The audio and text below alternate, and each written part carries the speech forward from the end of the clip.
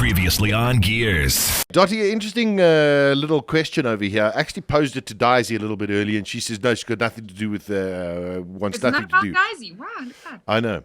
Now it says, hello, I like going to strip clubs occasionally, but my wife flips out about it. She thinks I'm having sex, but I don't know how to explain that I just like relaxing there. She's threatening to leave me if I don't stop, but I think it's unfair and manipulative. Wow. Words. What should I do, Dorothy Black? You know, the thing with strip clubs is that, I mean, there's nothing inherently, bad about a strip club. In the same way that there is nothing inherently bad about chocolate.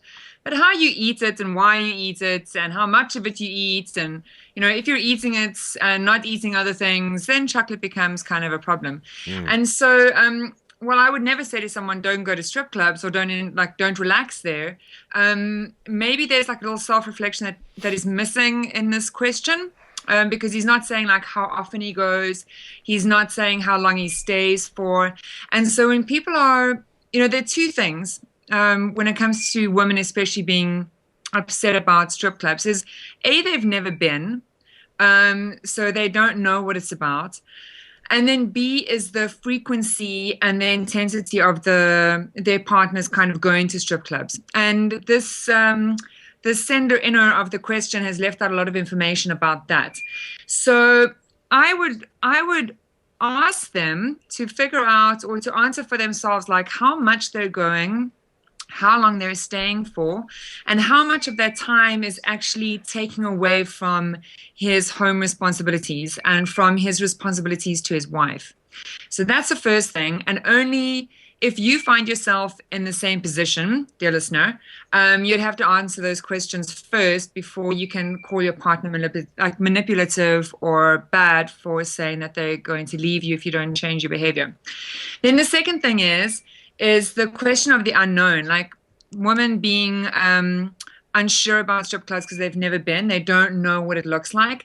And so I would suggest two things. The one is that you go with a bunch of friends and their wives. So you go with your friends, your wife and her friends, and you just go and check it out.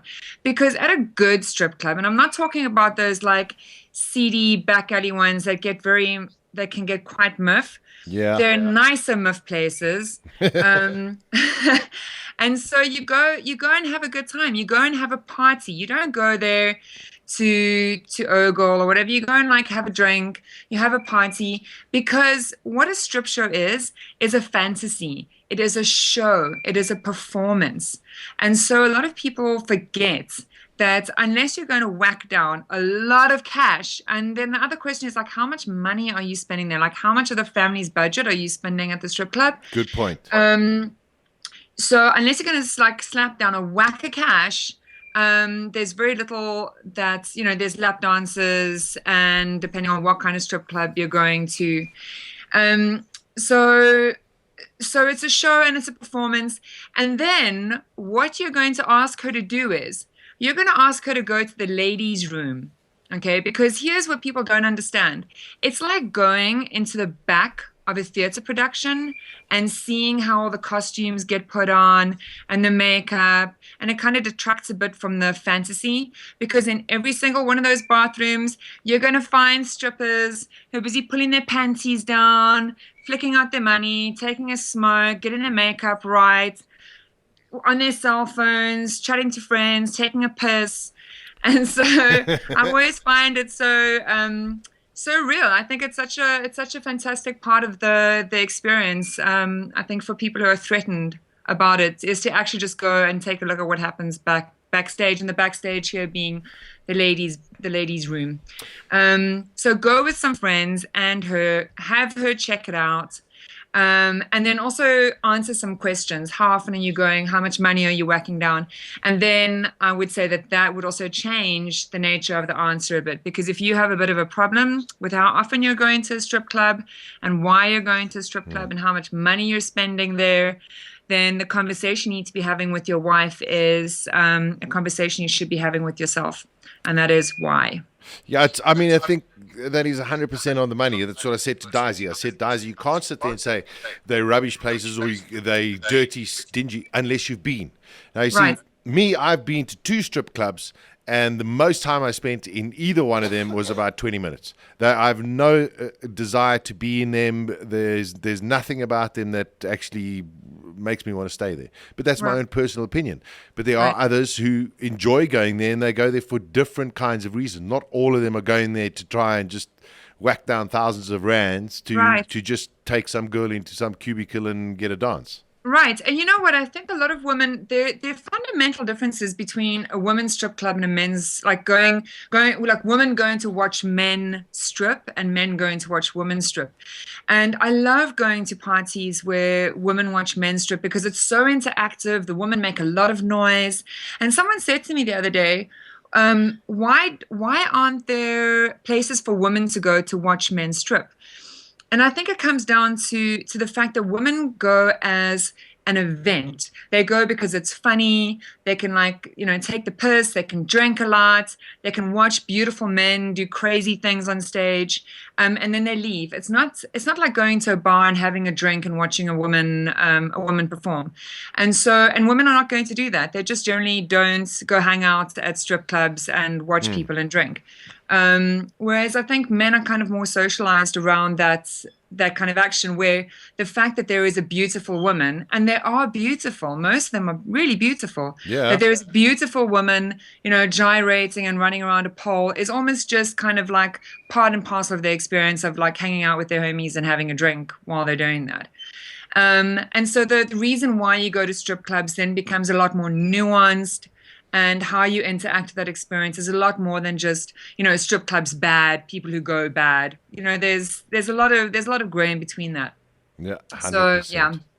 100%. I think that's great advice. But as you said, it would be easier to give more information had we got more details from this guy. There would need to be a lot more information. And you know what? I think there would be a lot of people that this question is applicable to, and the answer remains the same, that before you start, your partner isn't always going to be like laying down the law and, pointing a finger if there isn't something that they're feeling is being taken away from them.